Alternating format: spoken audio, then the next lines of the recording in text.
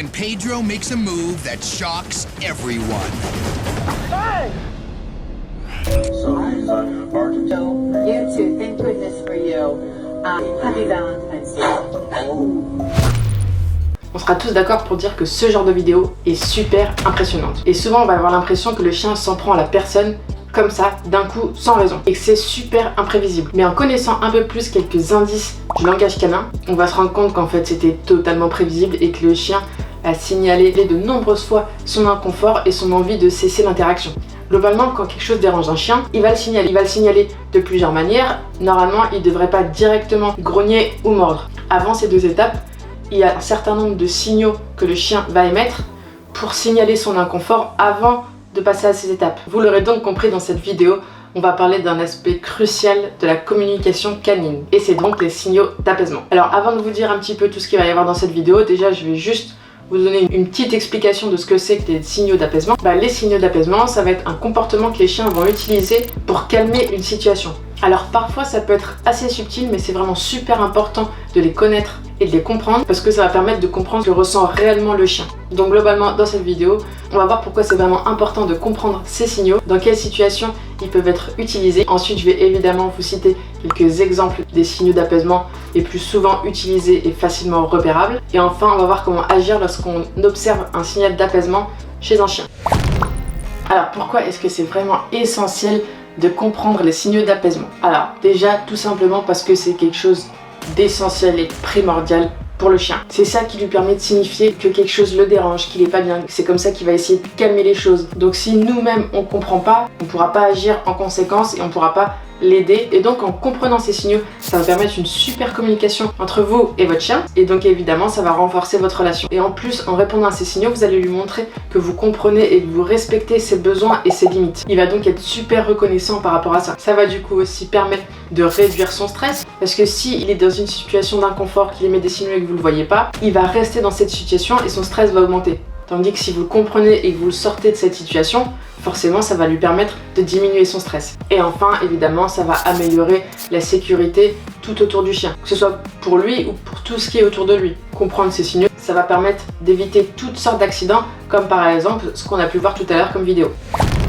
Dans quelle situation est-ce qu'on va pouvoir s'en servir? Franchement, peu importe, dans toutes les situations. Votre chien, il peut émettre des signaux d'apaisement à n'importe quel moment. Même juste avec vous. Ça peut arriver qu'il soit pas forcément super à l'aise avec quelque chose que vous faites. Ça peut être par exemple quand on travaille avec lui, il fait un exercice qu'il va pas comprendre ou qu'il aura pas envie de faire à ce moment-là, il va émettre des signaux d'apaisement. Ça peut être quand il fait une rencontre avec d'autres chiens. Ça peut être par exemple quand on va avoir des invités à la maison, lors d'une visite chez le vétérinaire, quand quelqu'un ou même nous-mêmes venons lui faire un câlin. Ça peut être tout et n'importe quoi, que ce soit à la maison, en extérieur, avec vous, avec les autres, avec d'autres chiens.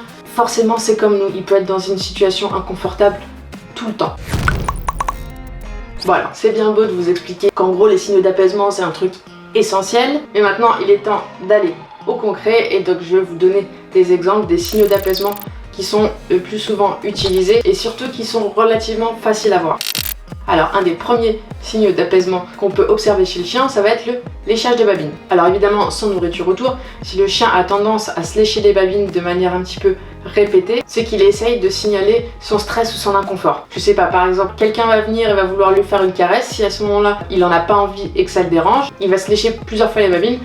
Ensuite on a aussi le détournement de regard. Donc si le chien est face à quelque chose qui va le déranger ou le perturber, il va détourner le regard pour pas regarder la chose qui va le déranger. Si par exemple vous arrivez en face de lui pour, je sais pas, par exemple lui demander de s'asseoir, lui faire un exercice ou quelque chose, ou même lui parler devant lui et qu'à ce moment là ça le dérange et qu'il a pas envie, il va se détourner un petit peu, regarder juste ailleurs, pas forcément retourner entièrement sa tête, mais juste regarder un petit peu sur le côté pour éviter le contact visuel. Alors encore d'autres exemples de signaux d'apaisement qui peuvent souvent ne pas être détectés parce que ça peut passer pour quelque chose de vraiment anodin, ça va être de bâiller et de s'étirer. Il faut voir en fonction de la situation. Si votre chien vient de se réveiller par exemple, il sort de son panier, il va bâiller et s'étirer, c'est pas forcément parce qu'il y a quelque chose qui le dérange. Mais sinon ces deux choses-là vont encore être quelque chose qui va marquer l'inconfort de votre chien. Dans le même genre aussi, il va y avoir comme signal quand le chien se gratte et aussi quand le chien se secoue. Comme par exemple quand il va sortir d'une baignade, il se secoue. Et ben c'est exactement la même chose. Et souvent on peut remarquer que par exemple, il va vivre une situation un petit peu stressante où il n'est pas forcément très bien. Il va partir de cette situation et entre les deux, il va se secouer. Comme si c'était quelque chose qui l'aidait à passer à autre chose. Encore un dernier exemple qui peut arriver relativement souvent, ça va être de renifler le sol. S'il n'est pas très bien dans une situation, il peut aller renifler le sol histoire de s'apaiser, parce que renifler ça les aide à se déstresser, à s'apaiser, donc il va les renifler pour essayer d'avoir d'autres odeurs, pour détourner un petit peu aussi l'attention et pour aider à redescendre. Alors dit comme ça, c'est vrai que ça peut paraître un petit peu compliqué. Tous ces signaux d'apaisement, ça peut aussi être des choses qu'ils vont faire dans des situations où ils sont pas du tout mal à l'aise. Bailler, s'étirer, tout ça, ils peuvent le faire à des moments complètement anodins. Mais vous verrez, qu'en les connaissant, à force de bien observer votre chien et de bien connaître ses signaux d'apaisement, vous allez super facilement faire la différence entre un moment où il bâille parce qu'il est fatigué et un moment où il est mal à l'aise. Bon, après la communication canine c'est super vaste, donc ce ne sera pas les seuls signaux, mais on va dire que c'est vraiment les essentiels, ceux qui seront relativement plus simples à connaître, parce qu'après il y a plein de choses qui rentrent en compte, la posture du chien, la position de ses oreilles, son regard, sa bouche, mais tout ça c'est un petit peu plus précis. Et déjà en connaissant les signaux que j'ai mentionnés juste avant, c'est déjà une grande avancée au niveau de la compréhension de ce que ressent le chien. Un dernier petit exemple, c'est la position de l'appel au jeu. Vous savez, quand votre chien il va mettre les pattes en avant, il va se baisser près du sol et mettre ses fesses en l'air. Et vous verrez que parfois ça peut arriver qu'il le fasse dans une situation où de base il n'est pas forcément très à l'aise. Je vous donne l'exemple de Chiro, c'est un chien qui va être assez sauvage, il va se méfier des gens et ça arrive quelquefois que quand on passe à côté de quelqu'un, si la personne le regarde un petit peu trop dans les yeux, essaye de s'approcher ou quoi, il va aboyer une fois et puis quasiment juste après, hop, il va se mettre en position d'appel de jeu. Donc en plus souvent les gens ils sont contents, ils disent ah ouais trop bien, il joue avec moi, etc. Et en fait c'est aussi un signal qui va montrer qu'il est pas à l'aise.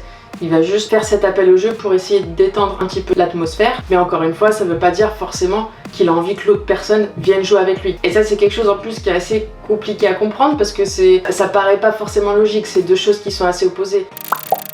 Une fois qu'on connaît tout ça, parfait. Maintenant, ce qu'il va falloir savoir, c'est comment agir une fois qu'on a repéré un ou plusieurs de ces signaux. Ce qu'il va falloir principalement, c'est rester calme et comprendre pourquoi cette situation le met mal à l'aise. C'est comme ça du coup qu'on pourra adapter notre comportement. Mais après, la chose essentielle qu'il va falloir de toute façon, c'est lui donner de l'espace. Si quelque chose le rend mal à l'aise, il va falloir lui proposer une issue, un échappatoire. Il faut qu'on lui propose la possibilité de se détourner de cette situation qui le rend mal à l'aise. Si c'est une rencontre avec un certain chien qui va le mettre mal à l'aise, une interaction avec quelqu'un, un environnement, si quelque chose le rend pas bien, il faut qu'il puisse s'en éloigner. Il faut pas le forcer à continuer à rester ou même encore à s'approcher encore plus de ce qui le met mal à l'aise. Et ce qu'il faut faire en plus d'essayer de lui donner de l'espace, si d'autres personnes ou d'autres chiens sont concernés, ça va être encore une fois la communication. Si c'est un chien, essayer de l'éloigner et en plus demander au propriétaire du chien de stopper l'interaction. Si le chien en face ne comprend pas forcément les signaux et n'arrête pas d'interagir avec lui, il faut demander au propriétaire s'il peut intervenir. Exactement pareil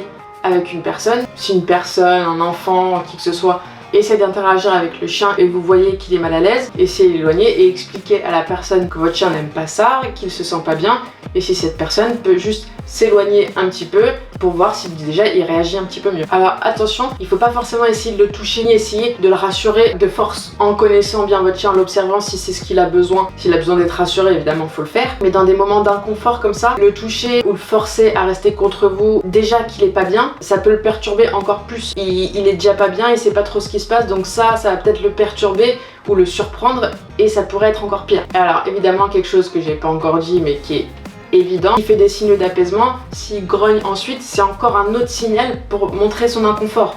Donc ne le grondez pas, il est juste pas bien, il essaye de le faire comprendre. Si jamais le chien montre qu'il est pas bien, par exemple il bâille, il s'étire, il voit que tout ça c'est pas compris, que la situation continue, il grogne.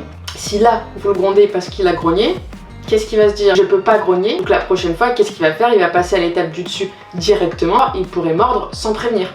Et justement, c'est bien qu'il prévienne que quelque chose le dérange. C'est important qu'il puisse communiquer librement sans se faire engueuler derrière.